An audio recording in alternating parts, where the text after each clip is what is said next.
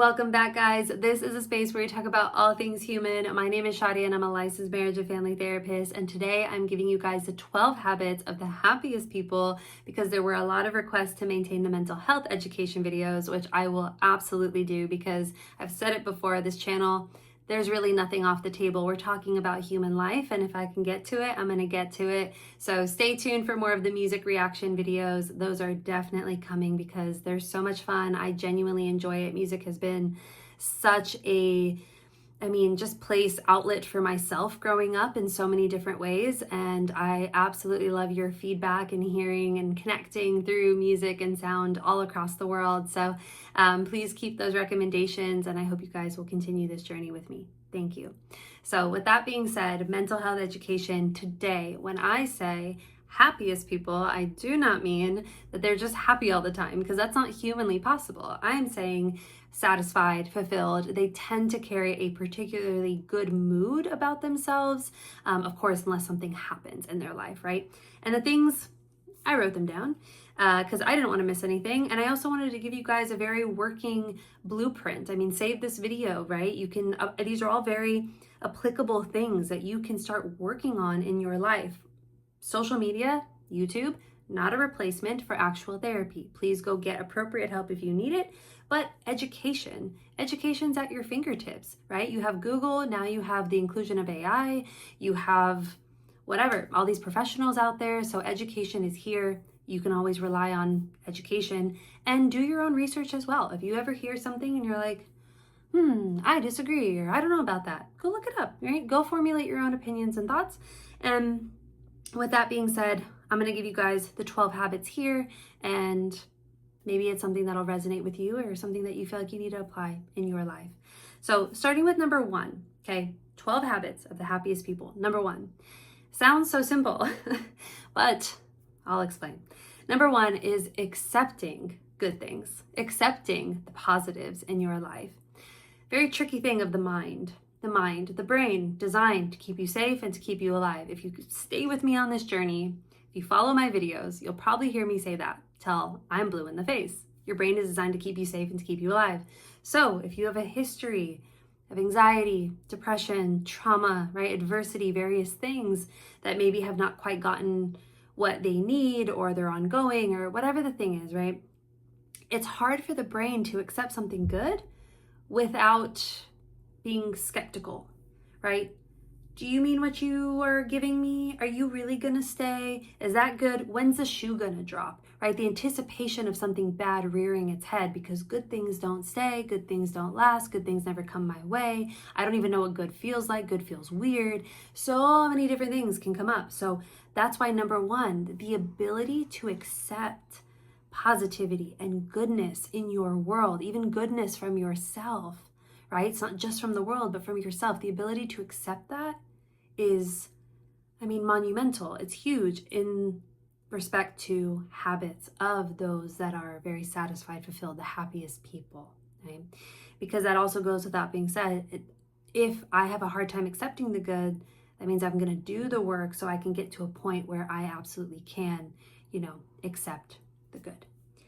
Number 2, not avoiding emotions, vulnerability, and the ability to not wear a mask on a daily basis, right? Unfortunately, nowadays, yes, people are they're going through the motions. They don't know what they're feeling. They don't know how to feel, or they're afraid to feel. Your emotions are messages in an ever-changing world, right? They're important extensions, representations of you navigating this world. So if you've developed, more of a way of conditioning to survive, to numb your emotions, avoid them, get rid of them, they don't go anywhere, right? And you're losing such vital messaging that will cue you in having a more deeper, satisfying, fulfilling life.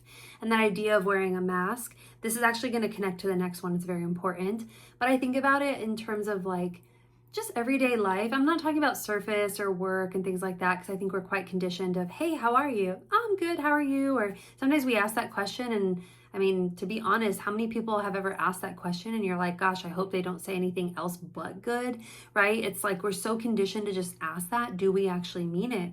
But my hope is that with your personal friendships or family, really, whatever the relationship is, your vulnerable spaces, that you are honest, not just with the people in your life, but honest with yourself. Again, two levels of discretion and whatever that looks like for you, but not avoiding your emotions, meaning not avoiding yourself in an ever-changing world. The reason why I said that connects with number 3 is because number 3 is everything in mental health. It really is such a huge aspect, is your identity. Holding and maintaining your identity, right? The age-old question of who are you, right? I think sometimes people do that with job interviews, if I remember correctly, right? It's like, tell me about like who you are, like, or tell me about yourself, and it's like, where do I go with that? But it's such a big question. It's a daunting question, right? Because identity is values, core beliefs, your interests, your passions, your curiosities. Identity is literally the formulation of your whole self, right? Where you've been, where you're going, where you are, and all the things that make up who you are. And then the second question to that is, are you living in accordance to everything that I just said? Which is why holding and maintaining your identity is a huge, big ass piece of this whole thing called human life that exceeds just this list. Human life, right? I can't even think of a client that I've ever worked with where we didn't get into their identity, because identity, values, core beliefs, passions, interests, right? All that stuff. And then, am I living in accordance to all that stuff, right? And I'm not ever speaking about perfection, right? We're not all just like killing it and following everything to a T and not missing anything. But for the most part, right? Do I have a strong formulation of self? Do I really know who I am, right? I carry that with pride, integrity, and I live this life in a way that represents who I am, not a fracture of who I am, or I'm numbing myself, right? And remember, number 2, avoiding emotions, right? Am I just trying to shove it all away and numb it and go with whatever it might be? And I understand from a survival perspective, but we don't want to survive, right? We want to be satisfied and fulfilled, hence the nature of this list. So number 3, holding and maintaining our identity, and then asking ourselves, do we live in alignment with whatever that might be within our identity, okay? Number 4, we're human. People, community, village, right? Humans, we are creatures of connection. We need each other. It doesn't matter how much this world changes, we still will always need each other, right? And the world that we live in today is so interesting, because at one point, I'm part of the generation that understands when we didn't have a whole lot of technology, and then we have a bunch of technology, which is super interesting to be in the middle ground of that. But I remember when Facebook came onto the scene, and cell phones, and God, did I want a beeper at one point, but I missed that train by just a bit. But everything started in good faith, right? We wanted to connect people all around the world. If you left high school or college, you wanted to stay in contact with the people that you met, right? Facebook. You didn't want to lose your family if they moved across the states or to another country or whatever it is. And it all started with good intention. But now we're so glued to this thing, we can't even remember life without it. If your phone's next to you, right? How many times you just check it for no reason? It didn't even make a notification or a ding, and you're still checking it. Or you're bored and you're on it. You're waiting for your food, or you're on the train or a bus or whatever, and you're on it. It's like there's people right in front of you, though. Village, community, your neighbors, your families, your friends, just a random passing stranger, right? But we're so glued to this thing, and we call it connection. To some extent, it still is, right? I love sending memes to my friends, and there is definitely a strong form of connection, especially to people that aren't physically near me. But it doesn't hit the same as when I get to sit with my best friend and just talk about life, or have a grand adventure, or sit with a loved one. So I think it's really important with number 4 that we're mindful of how much we're seeking connection through the technology, but are we actually feeling connected in our everyday life? That is a very different feeling, and I'm sure a lot of you have felt the difference between the two, right? It's like to have a relationship through your phone, or I know now we have AI and all, that's a whole nother world. Happy to make a video on that. But anyways, the the warmth that comes from people to people. And that could also just be in passing. I think that's actually a really important note to add, because recently, I'll share a personal story. It sounds so silly, but I promise this is important. I walked into a store and there was two people that work in the front. And yes, it's their job, right? Hi, how are you? You know, if you need any help, let me know, and la la la. And the amount of people that I saw in front of me that walked in and did not show them any attention actually made me upset. Because, yeah, I don't care if it's their job.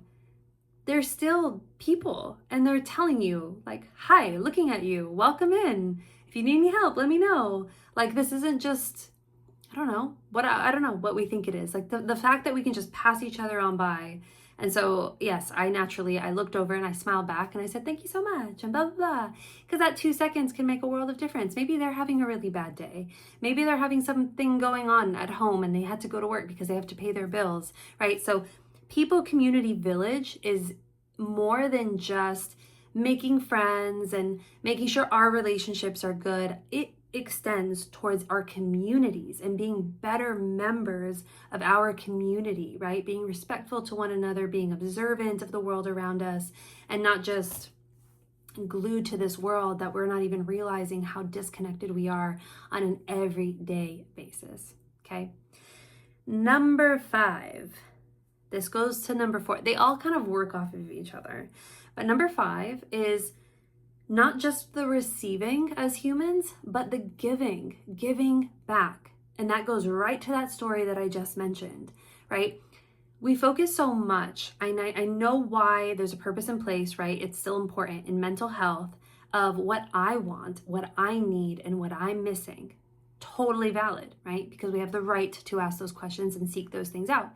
And I also hear that messaging, right, in everyday life, whether it's at the end of a yoga class or the end of a cycling class or whatever, right? Or even during when they're like, this is your time. This is the hour that it's just for you, and make a promise for yourself when you go into the world to get what you want and to make sure you follow your dreams. And the messaging is fine. There's nothing wrong with the messaging because that holds true. But there's another part of the messaging, right, that we're missing sometimes, maybe a lot of the time, is being mindful that it's not always all about you, right? There's a greater world as well. Yes, I need to make sure I do for me and I get what I need and what I want in life, but it's not always a me first mentality. Hence the women that I was describing in that store.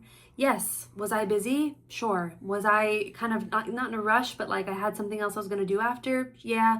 I knew what I wanted. I didn't need help. Sure. But that extra 2 seconds made me feel good, makes them feel good, and we all just have a much better day, right? Much better mood, positivity, hence the list, right? So the giving back doesn't have to be charitable, like a mega charitable donation. If you can do that, fantastic. That's to your own discretion and that's personal.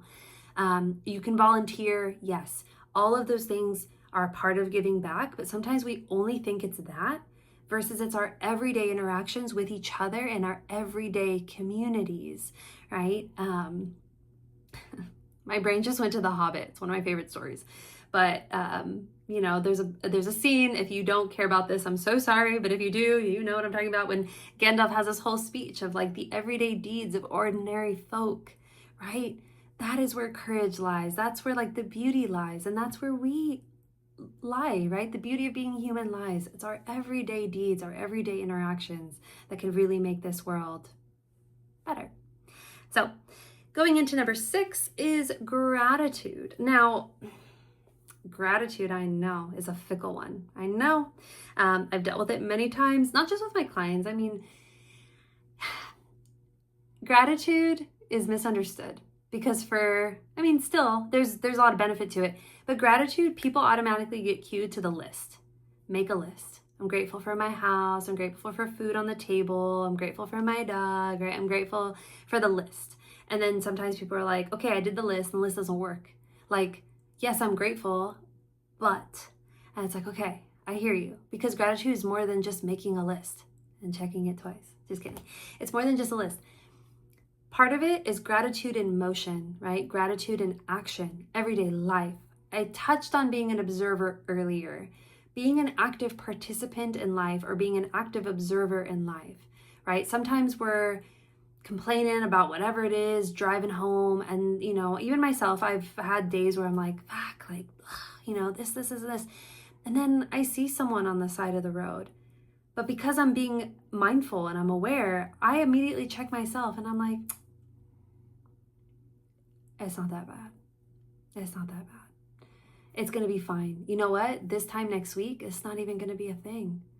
But for that person, their situation, it is, right? So count your blessings, count your gratitude or your privileges or whatever it is. Check yourself. Sometimes we need to check ourselves, right? So gratitude, not just a list, but not always chasing, right? I need perfection. I need no problems. I want this next product. I want this next bigger thing. I'm only going to be happy if I get this. It's like sometimes we all just need to check ourselves of like, it's not that bad. We're actually doing quite all right, right? And I say that too because social media is a bit of a culprit in this, where it makes people feel bad for actually having a really good life and having really good things, because you're seeing such a grandiose idea of someone's lifestyle. And sometimes it's fun. I get that. Sometimes it's fun and that's fine.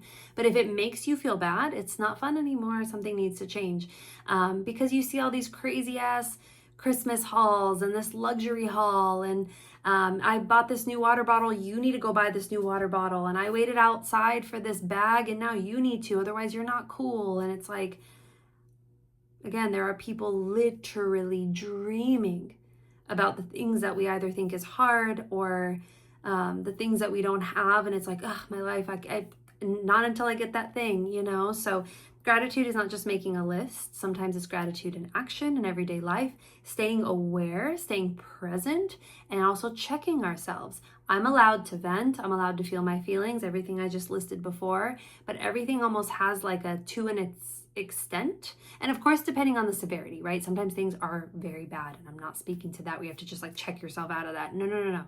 But just in an everyday sense, the happiest people, they're not dwelling on the stuff.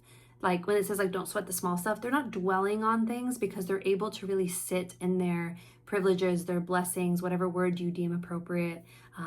They're able to find a lot of comfort and love and grace in that space. Okay.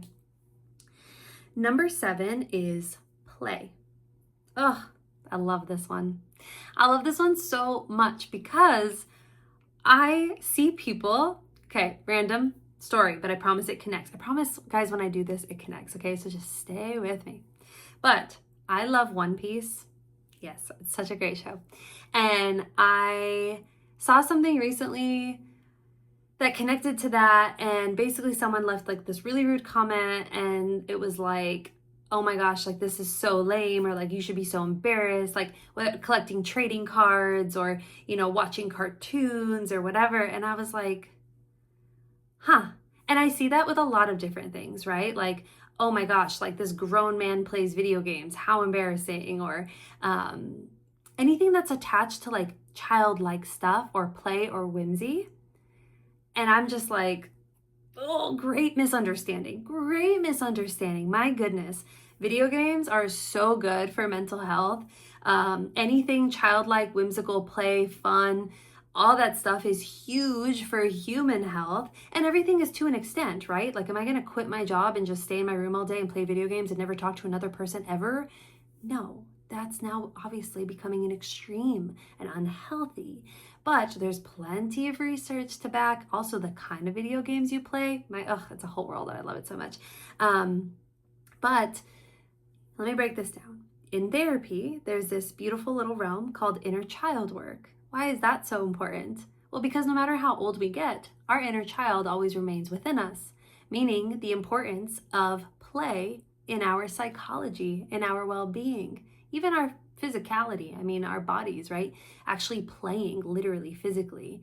So play is phenomenal on the mind.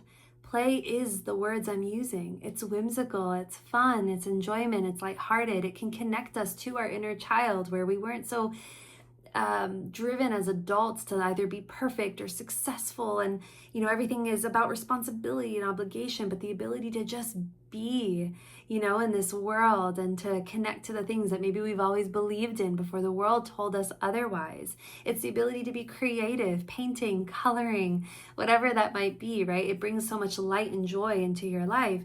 And the ability to engage and play is very interesting. Did I just hit my camera? I'm so sorry. I don't know. I was looking down. Anyways, the ability to engage and play, also those individuals, they do so much better in the sense of embarrassment. Because again, those people that are like, oh, you do this, it's so lame. It's like, their identity is actually quite strong, right? Their self-esteem, because they have no problem being like, this is what I love, and this is why, and this is what this does for me, and like, oh, you don't like it? Okay, whatever, right? They have no problem just like living all in and enjoying all the things that they absolutely love. And this also connects back to identity, right? If you love a particular movie or show or video game, there's probably representations of the things you believe in, your values, characteristics, yada yada.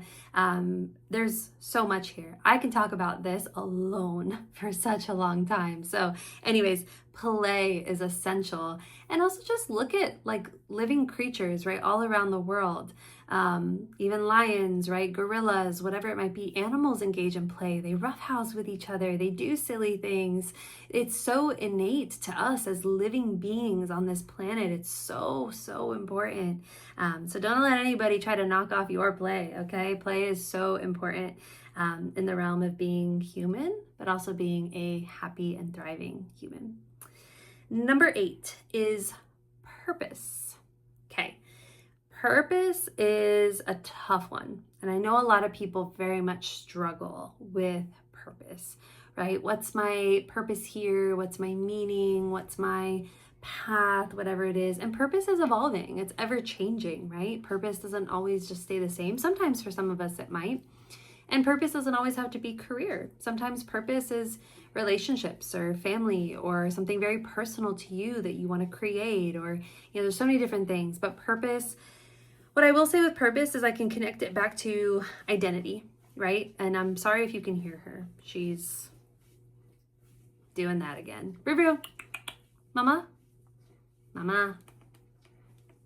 But, okay. Yeah.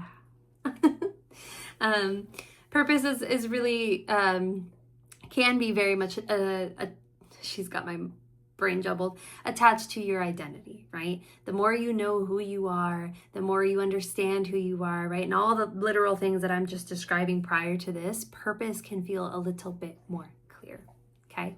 All right. Oh, River. Thanks, babe. You gotta stop. Sometimes she'll start to bite into her paws and stuff, so I have to stop her. So going from there, that was number 8. Number 9, healthy habits as a whole, physical, okay? I have to say this because our physical health is mental health. Mental health is physical health, right? It's one literal whole vessel here, right? This whole beautiful machine of a human. And healthy habits, whether it's healthy eating, sleeping, all the good stuff that represents your physical health is very, very important, right? You think about chronic illnesses when people are suffering with certain things, or just even chronic pain, it impacts our mental health. So if it is within your control, it's very important to be mindful of your everyday daily habits, engagement. And that doesn't mean that every day is perfect, right? I'm not sure if I've mentioned this ever or prior, but I'm also an athlete, and something that I very much understand is that not every day has to look exactly like the day prior. Discipline's important, yes, and if you have certain goals or competition, that's different. But for the everyday human being, on average, it's just engaging in healthy behaviors in a consistent way that makes sense to you, but it doesn't have to be rigid. That's what I'm saying. And I'm just gonna let her lick away. So again, if you hear that, I'm sorry. Bear with me, we're almost done. Okay, so that was number 9. Number 10 is resiliency and challenging yourself, challenging the mind. We are adaptable creatures. We are meant to thrive and overcome and pursue. Like, we are literally built for that. So if you aren't actively kind of like, nurturing that part of your human experience and human identity, then you're going to feel it. You're going to feel it in some capacity. So it could be something as simple as a sport or activity, hobby that you're doing, and you're trying to up the ante and challenge yourself to become better. That can totally be something that nurtures that piece of us. It could be a career, right? Or something a little bit more long-term in the sense of, I'm trying to work my way up here, or I want to create this thing, right? We are creatures that are meant for all the things prior, and if we don't do what is required to challenge our growth, we feel stagnated, we feel stuck, we feel unfulfilled. That's when we can also feel like we're just going through the motions. Our brain thrives not just on new experiences, but on challenges. And every time you overcome and do and pass that milestone or that marker, you're improving your resiliency and tolerance to adversity, and you're telling yourself you can. There's so much, anything I present to you guys, I promise you, in more and more and more layers as to why they're so important. So sometimes if you guys ever see any like general information out in the world, it's probably got a little bit more to it, perhaps. And that's why I said, like, you know, do your own research or whatever it might be to add more context. With that being said, okay, so that takes us to our last two. So we have lifelong learners, okay, and being all in and not such a serious way all the time, which I did touch on a moment ago. And what that means is being a lifelong learner is representing the fact that we are... bless you. Being a lifelong learner is that you're not going to know everything in life. You never will, right? There's always something more you could be doing or learning or whatever, and it doesn't mean you have to go seek 50 things out. But that ability to just accept that of, I'm going to continue to make mistakes. I'm going to continue to fumble a little bit here or there. Failure, sometimes people have that perspective of failure just means giving up. So I didn't fail, I just learned, right? Perspective shift. That idea of being a lifelong learner allows for us to work with things like guilt, shame. Those two emotions get people stuck real hard. Allows for us to continuously engage and seek and explore and, you know, participate versus feeling like we're too scared. Now we have anxiety and worry and low self-esteem. So like I said, everything has multiple layers beneath it, but having that belief or acceptance that I am a lifelong learner, beginner in many different areas of this human life. And when I said not taking it so serious either, when I talked about play and people that are really good with kind of that sense of embarrassment of like they own their shit. They do what they enjoy. They have no problem if they make a mistake. It was actually one of the things that I loved when I first got into martial arts, because I didn't expect myself to be this like world-class fighter right out the gate. I was like, I'm 2 months into this and I'm having so much fun. So if I made a mistake, I would just laugh. I was like, okay, duh. That's how that works. Or if it was a mistake that, you know, hurt, it was like, well, I'm not going to do that again. But it was never like, oh, fuck, like, I'm not allowed to make mistakes. It's like, nah, like, you're doing something new. You're supposed to. Of course, mistakes are information. That's how you learn. Everything is just information, right? Anyways, another perspective shift. So there's that one. And then last but not least, we have presence. Being present. Sounds so simple, right? Mindfulness, being present in this world, in this life. I don't know. I think we as humans, depending on where you live, but especially here, I mean, I'm in the US, we have this difficulty being present. You know, we're waiting, chasing the weekend, right? That means we just threw away Monday through Friday. That's not being present, right? We're struggling in our basic routines, whether it's in the morning or in the evening, to connect with our friends, to move our bodies, to do something we enjoy, right? We're so disconnected, right? That's not being present. Being present with one another. I gave you those examples, like being at the store and whatever. How many times are we on our phone and trying to shop and get food at the grocery store, and then, you know, oh, I gotta do this, or my mind's elsewhere, and it's like, what if I was just at the grocery store and I was looking at all the things that they had or new things, and maybe I had a conversation with the store clerk, or maybe I sent a compliment somewhere, or maybe I just said, oh, excuse me, you know, I don't know, just like a pleasant little interaction with somebody and wasn't just so head down all the time. That also extends to nature. I mean, sometimes I look this way, if you guys have noticed. Yes, it's kind of where sometimes I might be deriving thought, but it's also my window, and I can see trees and the birds, and they're building their nests right now. And so being present with just what you see, right? Even when you're driving, how many times it's like, maybe we're listening to music or a podcast, or maybe you always have stimulation. You always have noise in your ear. That's something I've noticed a lot about people. They never have silence. Cleaning, there's something on. Driving, there's something on. Walking, there's something on. It's like you're never present with yourself.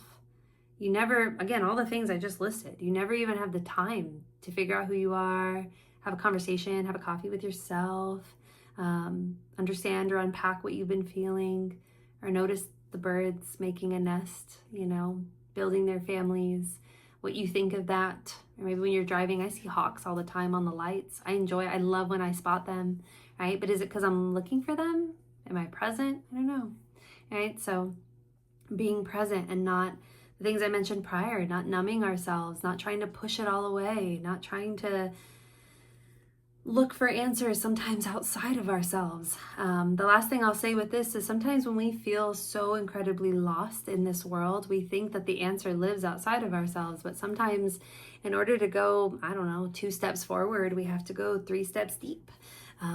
Because sometimes the answer has always been there. We were just looking in all the wrong places.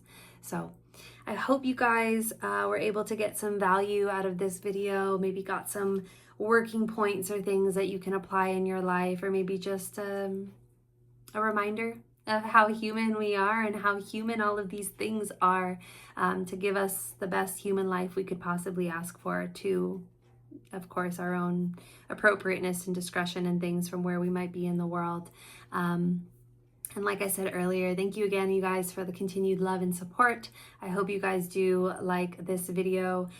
Please show support, like, subscribe, send me your comments, your recommendations, thoughts, questions, whatever they may be. And may we all just continue this human journey together, right? We're all human. So am I, obviously. Well, except that one, but I swear, you can converse with her as a human sometimes. She is smart as shit. And anyways, that's just me being too much of a dog mom for this moment, because now I'm distracted by her looking again. Anyways, I hope you guys, as always, stay human.